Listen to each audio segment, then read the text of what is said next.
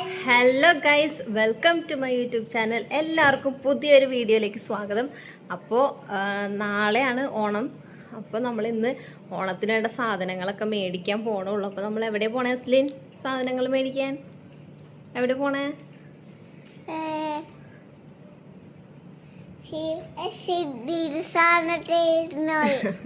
ഫ്രിഡ്ജിൽ സാധനങ്ങൾ തീർന്നില്ല. അപ്പോൾ നമുക്ക് ഓണത്തിന് കറിയൊക്കെ വെക്കാനുള്ള സാധനങ്ങളൊക്കെ മേടിക്കാനായിട്ട് നമ്മൾ ലുലുവിലാണ് പോണേന്ന് പറഞ്ഞേക്കണേ. ആള് താഴെ കാറിലെത്തിയിട്ടുണ്ട്.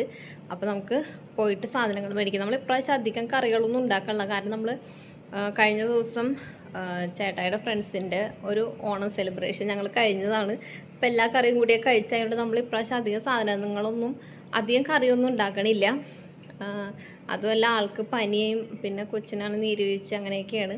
അതുകൊണ്ട് തന്നെ നമ്മൾ വലിയ സദ്യ ഒന്നും ഒരുക്കണില്ല. ചെറിയൊരു ഓണസദ്യ മാത്രം ഉണ്ടാക്കുന്നുള്ളൂ. അപ്പോൾ നമുക്ക് സാധനങ്ങളൊക്കെ വാങ്ങിച്ചിട്ട് വരാം. പുറത്ത് ഉച്ചയായതുകൊണ്ട് തന്നെ വലിയ തിരക്കുണ്ടായിരുന്നില്ല ലുലുവിൽ. അങ്ങനെ ആദ്യം തന്നെ നമ്മൾ മിഠായിയുടെ സെക്ഷനിലേക്ക് കയറണേ. അപ്പോൾ ഷോപ്പിങ്ങിന് പോയാലും മിഠായിയുടെ സെക്ഷനിൽ ആദ്യം ചെന്നിട്ടാണ് ബാക്കി സ്ഥലത്തേക്കൊക്കെ പോവുള്ളൂ. അപ്പോൾ ഞാൻ പച്ചക്കറി എടുക്കാൻ ചെന്നപ്പോൾ അവിടെ മുല്ലപ്പൂ വന്നപ്പോഴേക്കും മുല്ലപ്പൂ എടുത്ത് മണത്ത് നോക്കാൻ കേട്ടോ. അപ്പോൾ ഒരു നാട്ടിലത്തെ ഒരു ഫീൽ ഇങ്ങോട്ട് വന്നു. പിന്നെ അത് അവിടെ തന്നെ തിരിച്ച് വെച്ചിട്ട് പച്ചക്കറിയൊക്കെ എടുത്തുട്ടോ. അങ്ങനെ കുറച്ച് അത്യാവശ്യം വേണ്ട ഒരു 5-6 കറികൾ ഉണ്ടാക്കാനാണ് പ്ലാൻ ചെയ്തിരിക്കുന്നത്. അതിനനുസരിച്ചുള്ള പച്ചക്കറിയും സാധനങ്ങളൊക്കെ വാങ്ങിച്ചിട്ട് ഞങ്ങൾ തിരിച്ച് വീട്ടിലേക്ക് വന്നു കേട്ടോ. ഞങ്ങൾ വീട്ടിലെത്തി ഒരു ഉറക്കമൊക്കെ കഴിഞ്ഞ് പിന്നെ ഒരു ചായ കൂടിയൊക്കെ കഴിഞ്ഞിട്ടാണ് കേട്ടോ പണിയിലേക്ക് കിടന്നത്. അപ്പോഴേക്കും എൻ്റെ കാര്യമൊക്കെ ഏകദേശം ഒരു തീരുമാനമായി തുടങ്ങിയിട്ടുണ്ടായിരുന്നു. ഉച്ചക്ക് ഞാൻ രാവിലെ തുണിയിടാൻ പോയപ്പോൾ കുറച്ച് വെയിലൊക്കെ ഉണ്ടപ്പോൾ ആ ഒരു രാവിലെ എണീറ്റപ്പോൾ എനിക്കൊരു ചെറിയ തൊണ്ടവേദന ഉണ്ടായി. അപ്പോൾ അതിൻ്റെ കൂടി ഇതും കൂടി ആയപ്പോഴേക്കും ഒരു പനിയുടെ ചാൻസിലേക്ക് എത്തിയിട്ടുണ്ടായിരുന്നു. പക്ഷെ നമ്മൾ പനി പിടിച്ചിങ്ങനെ ഇരുന്നിട്ട് കാര്യമില്ലല്ലോ. അപ്പോൾ നമ്മൾ പതിയെ സാവധാനം നമ്മൾ പണിയിലൊക്കെ തുടങ്ങി. അപ്പോൾ ഞാൻ ആദ്യം മത്തങ്ങയും പയറും വെക്കാനുള്ള പരിപാടിയിലാണ് കേട്ടോ. ഞാൻ മത്തങ്ങയും പയറും ഉണ്ടായിക്കഴിഞ്ഞാൽ ഇവിടെ എല്ലാവർക്കും ഭയങ്കര ഇഷ്ടമാണ്. അതുകൊണ്ട് തന്നെ മത്തങ്ങയും പയറും ഞാൻ ഉണ്ടാക്കാമെന്ന് വിചാരിച്ചു. പിന്നെ ചേട്ടായി കാളനും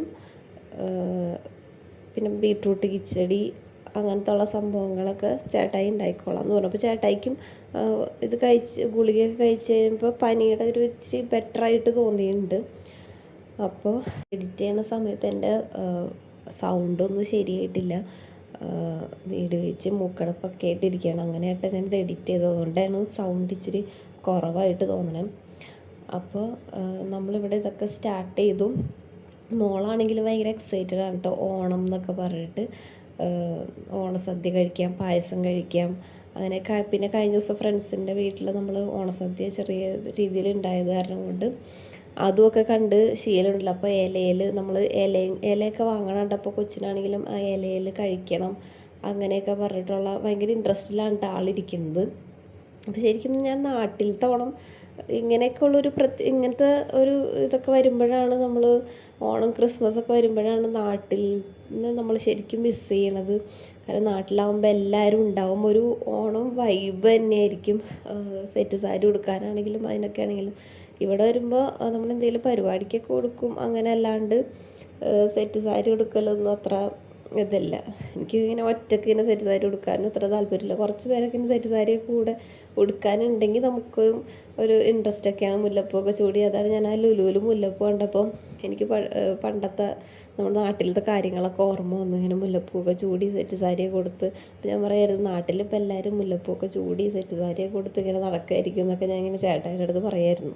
നമ്മളാണെങ്കിലും ഞാനിതോടെ അടുക്കളയിൽ ഓരോ കുക്ക് ചെയ്തുകൊണ്ടിരിക്കുന്ന സമയത്ത് അടുത്ത് വന്നിരുന്ന ഓരോ വാശിയായിരുന്നു കേട്ടോ. അവൾക്ക് വാച്ച് വേണം, അത് മേടിക്കണം, ഇത് മേടിക്കണം എന്നൊക്കെ പറഞ്ഞ് ഓരോന്നും ഇങ്ങനെ പറഞ്ഞിരിക്കരുത്. ഞാൻ ലുലുവിൽ പോകാൻ നേരത്ത് വാച്ച് കെട്ടി കൊണ്ടുപോയി. അപ്പോൾ അത് കണ്ടു, അവളുടെ വാച്ച് ചീത്തയായിട്ടിരിക്കുക, വേറെ മേടിച്ചിട്ടില്ല. അപ്പോൾ അത് കണ്ടപ്പോൾ തുടങ്ങി അവൾക്ക് വാച്ച് വേണം എന്നൊക്കെ പറഞ്ഞ് ബഹളമാണ് കേട്ടോ. അതിപ്പോൾ എൻ്റെ അടുത്ത് വന്നിരുന്ന് ഇങ്ങനെ കരഞ്ഞുകൊണ്ടിരിക്കുകയാണ്. അപ്പോൾ ചേട്ടായി അവിടെ എന്തോ ഒരു വർക്കിലാണ്. അപ്പോൾ അത് കാരണം കൊണ്ട് അവിടെ പോയി കരയാൻ പറ്റില്ല. അത് കാരണം കൊണ്ട് എൻ്റെ അടുത്തുനിന്ന് കരഞ്ഞുകൊണ്ടിരിക്കുക. എനിക്കാണെങ്കിൽ വയ്യായി കണ്ട് ഈ കരച്ചിലും കൂടി കേട്ടിട്ട് ആകെ ഇതായിട്ടിരിക്കുക കേട്ടോ. പിന്നെ അവളെ സമാധാനിപ്പിച്ച് ആശ്വസിപ്പിച്ച് ഒരു കണക്കിനൊക്കെ വിട്ടു. ചേട്ടായിക്കും കൂടി വയ്യാണ്ടിരിക്കുന്നതുകൊണ്ടാണ് കേട്ടോ ഒരു വലിയൊരു ഓളം ഇല്ലാത്തത്. ആൾക്ക് നല്ല ഇതൊക്കെയാണെന്നുണ്ടെങ്കിൽ, പനിയൊന്നും ഇല്ലായിരുന്നുണ്ടെങ്കിൽ ആളിപ്പോൾ ഫുള്ള് ഇവിടെ ഓടി നടന്ന എല്ലാ കാര്യങ്ങളൊക്കെ ചെയ്ത് എല്ലാം സെറ്റാക്കിയാണ്. ഇപ്പോൾ ആൾക്കൊരു വയ്യായികയുടെ ഇതുള്ളതുകൊണ്ട് ആളിങ്ങനെ അവിടെ അടങ്ങിയൊതുക്കി ഇരുന്നാണ്ട് ചെയ്യണം. എന്നാലും ഞാൻ പറഞ്ഞു വയ്യായിക ഉള്ളതല്ലേ, അധികം കറികളൊന്നും ഉണ്ടാക്കണ്ടെന്ന് പറഞ്ഞു. പക്ഷേ ആൾ പറഞ്ഞ എന്തായാലും ഒരു 5-6 കൂട്ടം കറികളെങ്കിലും ഉണ്ടാക്കണം. ഇവിടെ ഈ പുതിയ വീട്ടിൽ വന്നിട്ട് ആദ്യത്തെ ഓണമാണ്. പിന്നെ നമ്മുടെ നാട്ടിൽ വീടിൻ്റെ അടുത്തുള്ളൊരു ചെറുക്കനെ വിളിച്ചിട്ടുണ്ട് ഓണസദ്യക്ക് വേണ്ടിയിട്ട്, ഓണസദ്യ കഴിക്കാൻ വേണ്ടിയിട്ട്. അപ്പോൾ പിന്നെ എന്തെങ്കിലുമൊക്കെ ഉണ്ടാക്കണ്ടേന്ന് പറഞ്ഞിട്ട് അങ്ങനെ നമ്മളെ കൊണ്ട് പറ്റുന്ന പോലെയൊക്കെ ഓരോ കാര്യങ്ങൾ സെറ്റ് ചെയ്ത് വെച്ചിട്ടുണ്ട് കേട്ടോ. അപ്പോൾ നാളെ ഉണ്ടാക്കാൻ പറ്റുന്നത് നാളെ ഉണ്ടാക്കാം, ബാക്കിയെല്ലാം ഇന്ന് ഉണ്ടാക്കാൻ പറ്റുന്ന അത്രയും ഇന്ന് ചെയ്തു വെക്കാമെന്നുള്ള രീതിയിലായിരുന്നു. അപ്പോൾ ഈ കത്തി വെച്ച് എനിക്ക് ഇതിൻ്റെ തൊലിയൊക്കെ കളയാനായിട്ട് ഭയങ്കര പേടിയായിട്ട്, കാരണം ഇതിന് നല്ല മൂർച്ചയുള്ള കത്തിയാണ്. അപ്പോൾ സാധാരണ ചേട്ടായിയാണ് ഇതൊക്കെ എനിക്ക് തൊലി കളഞ്ഞൊക്കെ തരാറ്. അപ്പോൾ അവിടെ എന്തോ തിരക്കിലായതുകൊണ്ട് ഞാൻ വിളിച്ചില്ല. അപ്പോൾ ഞാൻ തന്നെ അതാണ് ഇങ്ങനെയൊക്കെ നിങ്ങൾ കട്ട് ചെയ്യണ കാണുന്നത്. കാരണം ഞാൻ പേടിച്ചാണ് ഇത് കട്ട് ചെയ്യണത്, കൈ മുറിയോ എന്നുള്ള രീതിയിൽ. പിന്നെ ആൾ വെക്കണ കറിക്കൊക്കെ ഞാൻ എല്ലാം ഇങ്ങനെ അടുപ്പിച്ച് കൊടുത്തു കേട്ടോ. അപ്പോൾ ആൾക്ക് പിന്നെ അത് ഉണ്ടാക്കിയാൽ മതിയല്ലോ. അപ്പോൾ ഞാൻ എല്ലാ സാധനങ്ങളും ചെയ്യാനാണെങ്കിലും എടുത്തു കൊടുക്കാനാണെങ്കിലും അതിനെടുത്തു കൊടുക്കുക. അതിൻ്റെ ഇടയ്ക്കൂടെ മോള് വിളിക്കും. പിന്നെ ഇവിടുത്തെ കാര്യങ്ങൾ അങ്ങനെ രണ്ടും കൂടി ആകുമ്പോൾ കൂടുതൽ അവശതയാവും. പിന്നെ അത് കഴിഞ്ഞ് കുറച്ച് പാത്രങ്ങൾ കഴുകാനുണ്ട്. അങ്ങനെ പാത്രങ്ങൾ കൂടി കഴുകിയപ്പം ആൾ പറഞ്ഞ് ഞാൻ പച്ചക്കറി കട്ട് ചെയ്യാമെന്ന് പറഞ്ഞു. പച്ചക്കറി കട്ട് ചെയ്യാനിരുന്നപ്പോഴേക്കും അവളും അവളുടെ കസേരയും കൊണ്ട് വന്നിരുന്നു കേട്ടോ. എന്നിട്ട് അവളും മറ്റേ സ്പൂൺ വെച്ചിരുന്ന് അരിഞ്ഞുകൊണ്ടിരിക്കുകയാണ്. അപ്പോൾ കത്തി ആൾക്ക് ഇത്തിരി പേടിയുള്ള കാര്യം. ഞങ്ങൾ പറഞ്ഞ് പേടിപ്പിച്ച് വെച്ചേക്കാണ്, കത്തി എടുക്കരുത് മുറിയും എന്നൊക്കെ പറഞ്ഞു. അതുകൊണ്ട് കത്തി അങ്ങനെ എടുക്കില്ല. അവളാദ്യം അവളുടെ കളിക്കണ കത്തിയും കൊണ്ട്. ശരിക്കും പറഞ്ഞു കഴിഞ്ഞാൽ അപ്പയും മോളും കൂടി വന്നു കഴിഞ്ഞപ്പോൾ കുറച്ച് ഓളം ഇട്ടോ. കാരണം ചേട്ടായി പറയണെങ്കിൽ എനിക്ക് നിന്നെ കണ്ടുകൊണ്ടിരുന്ന് അരിയാനാണെന്നൊക്കെ പറഞ്ഞ് ഡയലോഗൊക്കെ അടിക്കണ്ടായിരുന്നു കേട്ടോ. പിന്നെ അവൾക്കാണെങ്കിലും ഇതേപോലെ ഇങ്ങനെ പീൽ ചെയ്യണൊക്കെ ഇങ്ങനെ കൈ പിടിച്ച് കാണിച്ചു കൊടുത്തപ്പോൾ ആൾക്ക് ഭയങ്കര ഇൻട്രസ്റ്റ് ആയിട്ട്. അങ്ങനെ ഇവിടെ മത്തങ്ങയും പയറും ഇവിടെ റെഡി ആയിക്കൊണ്ടിരിക്കുകയാണ്. അപ്പോൾ ഞാൻ അതിനാവശ്യമുള്ള ഇതൊക്കെ നോക്കി ഉപ്പൊക്കെ നോക്കി അങ്ങനെ ഇട്ടു. അത് കഴിഞ്ഞ് എൻ്റെ ഇത് കഴിഞ്ഞപ്പോഴേക്കും ഞാൻ മാറി. പിന്നെ ചേട്ടായി കാളൻ വെച്ചു. പിന്നെ ബീട്രൂട്ട് കിച്ചടി അങ്ങനെയുള്ള സാധനങ്ങളൊക്കെ ഇവിടെ റെഡിയാക്കിക്കൊണ്ടിരിക്കുക കേട്ടോ. അപ്പം സാമ്പാർ നമ്മൾ നാളെ ഉണ്ടാക്കാമെന്നാണ് തീരുമാനിച്ചത്. പക്ഷേ ഞങ്ങളുടെ രണ്ടേലും വയ്യായതുകൊണ്ട് നാളെ എണീക്കാൻ വൈകിയാലോ എന്ന് ഓർത്തിട്ട് ഞാൻ പറഞ്ഞു സാമ്പാറും ഇന്ന് തന്നെ വെക്കാമെന്ന് പറഞ്ഞിട്ട് അങ്ങനെ സാമ്പാറും കൂടി ഇന്ന് ഉണ്ടാക്കുകയാണ്. അപ്പോൾ ഞാൻ അവിടെ ഇരുന്ന് നാളെത്തേക്കുള്ള ക്യാബേജ് അരിഞ്ഞുകൊണ്ടിരിക്കുക കേട്ടോ. അപ്പോൾ ഇന്നിവിടെ നമ്മുടെ ബീട്രൂട്ട് കിച്ചടി റെഡി ആയിട്ടുണ്ട്. പക്ഷേ ബീട്രൂട്ട് കിച്ചടി അത്ര പെർഫെക്റ്റ് ആയില്ല എന്നാണ് ചേട്ടായി പറയണത്. അപ്പോൾ സാമ്പാർ റെഡി ആയിട്ടുണ്ട്, പിന്നെ കാളനും റെഡി ആയിട്ടുണ്ട്. അങ്ങനെ നമ്മുടെ ഇന്നത്തെ അത്യാവശ്യം സാധനങ്ങളെല്ലാം ഇവിടെ റെഡി ആയിട്ടുണ്ട്. ഇനി ബാക്കിയെല്ലാം നാളെ അവിയലും ക്യാബേജ് തോരനും പിന്നെ പപ്പടം വറുക്കൽ അങ്ങനത്തെ കാര്യങ്ങളും പായസമൊക്കെ നാളെ ഉണ്ടാക്കാമെന്നുള്ള രീതിയിലാണ്. പിന്നെ കുറച്ച് പാത്രങ്ങൾ കഴുകാനുണ്ടായിരുന്നു. അതിന് പാത്രങ്ങളൊക്കെ കഴുകണയിലും ടാസ്ക്കാണ്, പാത്രം കഴുകലും ഇവിടെയൊക്കെ ക്ലീനാക്കലും. ഇവിടെയൊക്കെ കറിയൊക്കെ ആകെ കുളമായിട്ട് കിടക്കുമായിരുന്നു. അപ്പോൾ ഞാനതൊക്കെ ക്ലീനാക്കി. പിന്നെ പാത്രം കുറേ കഴുകാനുണ്ടായിരുന്നു. അങ്ങനെ എല്ലാ പാത്രങ്ങളൊക്കെ കഴുകി വെച്ച് ഇതൊക്കെ കഴിഞ്ഞപ്പോഴേക്കും ആകെ അവശതയുണ്ടായിരുന്നു കേട്ടോ. എൻ്റെ കാര്യത്തിൽ എന്തായാലും ഒരു തീരുമാനമാവുമെന്ന് വിചാരിച്ചിട്ടുണ്ടായിരുന്നു. കാരണം അത്രയും അവശതയായിപ്പോയി എനിക്ക് രാത്രി ആയപ്പോഴേക്കും. പിന്നെ മോൾക്കാണെങ്കിലും മൂക്കിൽ നിന്നൊക്കെ നീര് വീഴ്ചയൊക്കെ സ്റ്റാർട്ട് ചെയ്തിട്ടുണ്ടല്ലോ.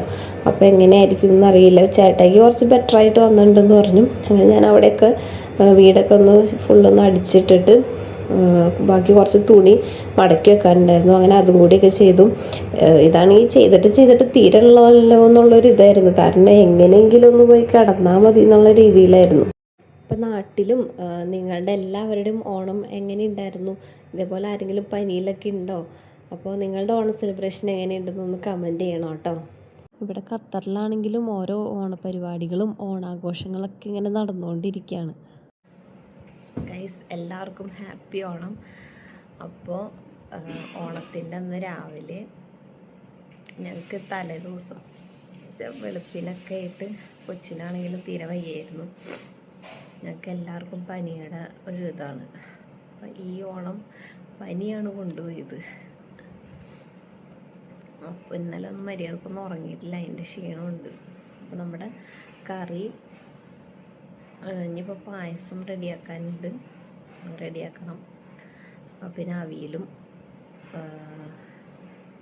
ക്യാബേജ് തോരനും വെക്കണം, പപ്പടം വറുക്കണം. അങ്ങനെ കുറച്ച് പണിയും കൂടിയൊക്കെ ഉണ്ട്. നമുക്ക് ഇന്നത്തെ പരിപാടിയിലേക്ക് കടക്കാം. മോളിവിടെ പോയിക്കൊണ്ടിരിക്കുന്നുണ്ട്. കാച്ചണം. പിന്നെ പായസത്തിനുള്ള ഇത് റെഡിയാക്കിക്കൊണ്ടിരിക്കുന്നത്. നമ്മൾ പാലട മിക്സ് മേടിച്ചിട്ടാണ് ഇവിടെ റെഡിയാക്കിക്കൊണ്ടിരിക്കുന്നത്. കാരണം എനിക്ക് കൂടുതൽ ഇഷ്ടം പാലട പായസമാണ്. പിന്നെ ചേട്ടായിക്കാണെങ്കിലും മോൾക്കാണെങ്കിലും കുഴപ്പമൊന്നുമില്ല. എനിക്ക് ഏറ്റവും കൂടുതൽ പരിപ്പ് പായസമാണ് ഇഷ്ടം.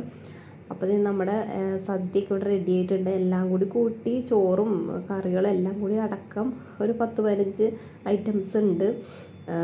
കറികൾ മാത്രമായിട്ട് ഒരു 8 ഐറ്റംസൊക്കെ ഉണ്ട് കേട്ടോ.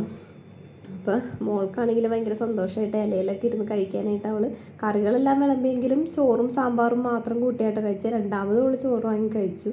അപ്പോൾ അങ്ങനെ ഹാപ്പി ആയിട്ട് ഞങ്ങൾ ഓണസദ്യയൊക്കെ കഴിച്ചു. ഇപ്പോൾ നമ്മൾ നാട്ടിലേക്ക് വിളിച്ചപ്പോഴാണെങ്കിലും അവർ സദ്യ കഴിച്ചുകൊണ്ടിരിക്കുകയായിരുന്നു. അങ്ങനെ എല്ലാവർക്കും ഓണം വിഷസൊക്കെ ചെയ്തു. അപ്പോൾ നമ്മൾ ഓണസദ്യയൊക്കെ കഴിച്ച് നമ്മുടെ പനിയോണമൊക്കെ ഇവിടെ പനിയോണം തുടർന്നുകൊണ്ടിരിക്കുകയാണ്. ഒരാളിവിടെ കിടപ്പായി. ഓണസദ്യ കഴിച്ച് മയങ്ങി കിടക്കുന്നതാണോ? അല്ല, പനി പിടിച്ച് കിടക്കുന്ന. അസ്ലിൻ ഓണസദ്യ കഴിച്ചാ എങ്ങനെയുണ്ടായി? സൂപ്പറാണോ? പിന്നെ ഓണസദ്യ കഴിച്ചിട്ട് ഞങ്ങൾ ഇനി ഒരു ഉറക്കമൊക്കെ കഴിയട്ടെ. അപ്പോൾ ഇന്നത്തെ ഓണം വ്ലോഗ് ഇവിടെ അവസാനിക്കുകയാണ്. അപ്പോൾ അടുത്ത വീഡിയോയിട്ട് കാണാം. അതുവരെ ടേക്ക് കെയർ, ബൈ.